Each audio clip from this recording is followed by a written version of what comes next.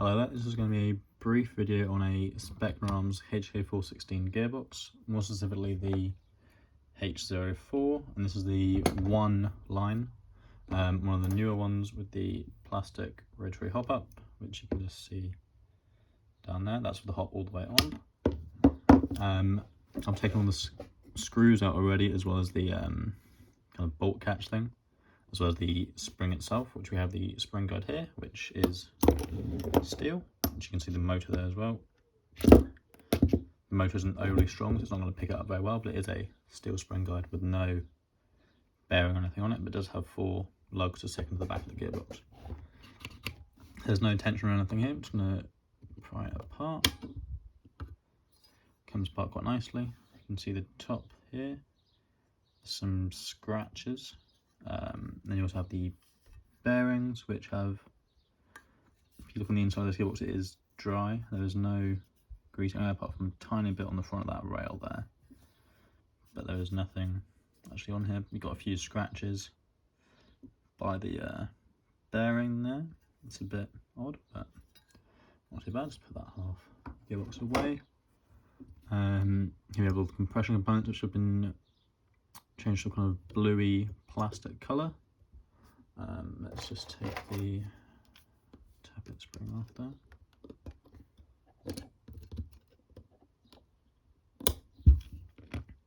Take these bits out, have a look at these quickly, and then we can go with the other stuff.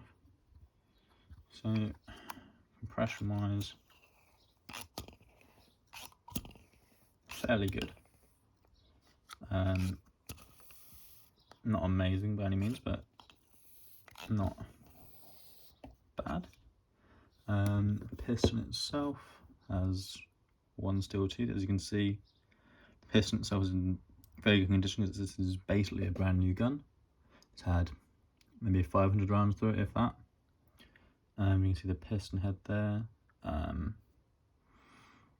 They don't look to be amazing, like the piston head itself. The edges on the front here are slightly rough, but it's not bad. Obviously it hasn't failed or anything.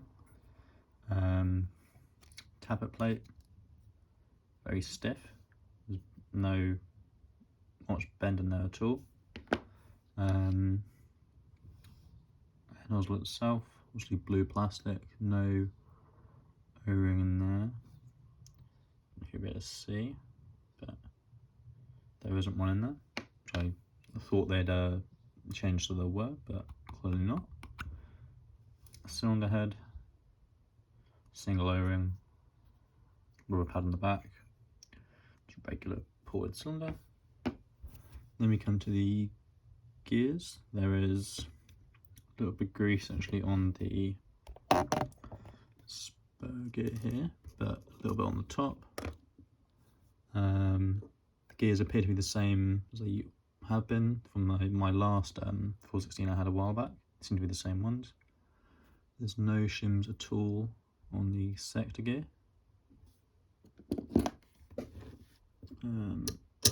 Take that into your reverse latch.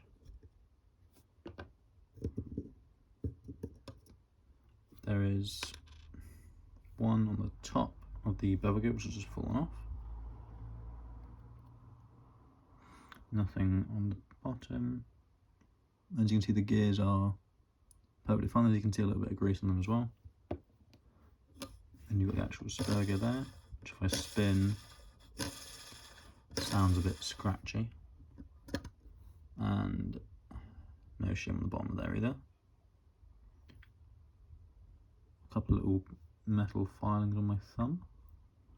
Not sure where they've come from, but there's no shims at all on the spur gear either. Just for argument's sake, if I get a shim quickly, I can find where I put them all. I'll put them on the bottom of the spur gear and see if that gets rid of that kind of scratchy spinning. I'm not sure I'll actually put my shims. Let me just take the one off of this bevel gear quickly and put that on.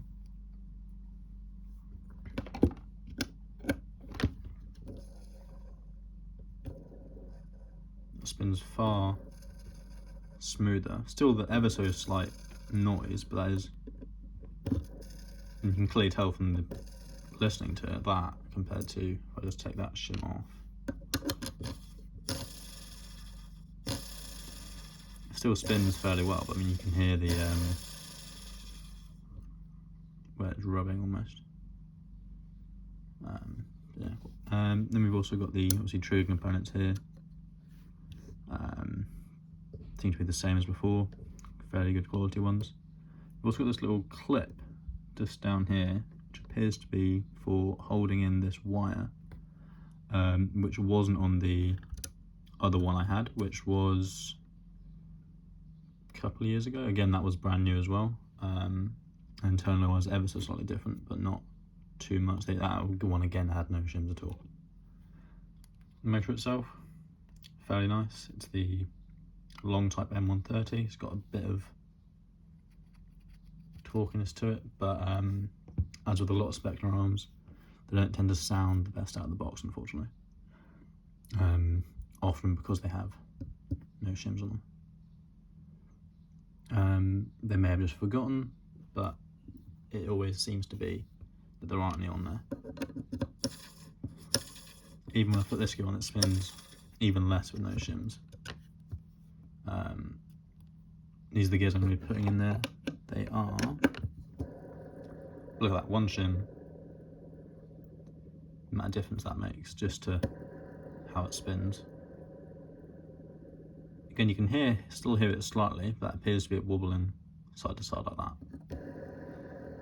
Just the difference, one single shim is actually made by putting them on there. And these are Rocket 13-to-1s from Bullseye Country Sport, which has got good prices on actually most of the internal parts, and most of the ones I've got today are from there. And for lots of stuff like that, they can be quite cheap for that as well, so that's quite good. I'll be back in a few minutes. I'm going to try and have a look at this and change the parts around.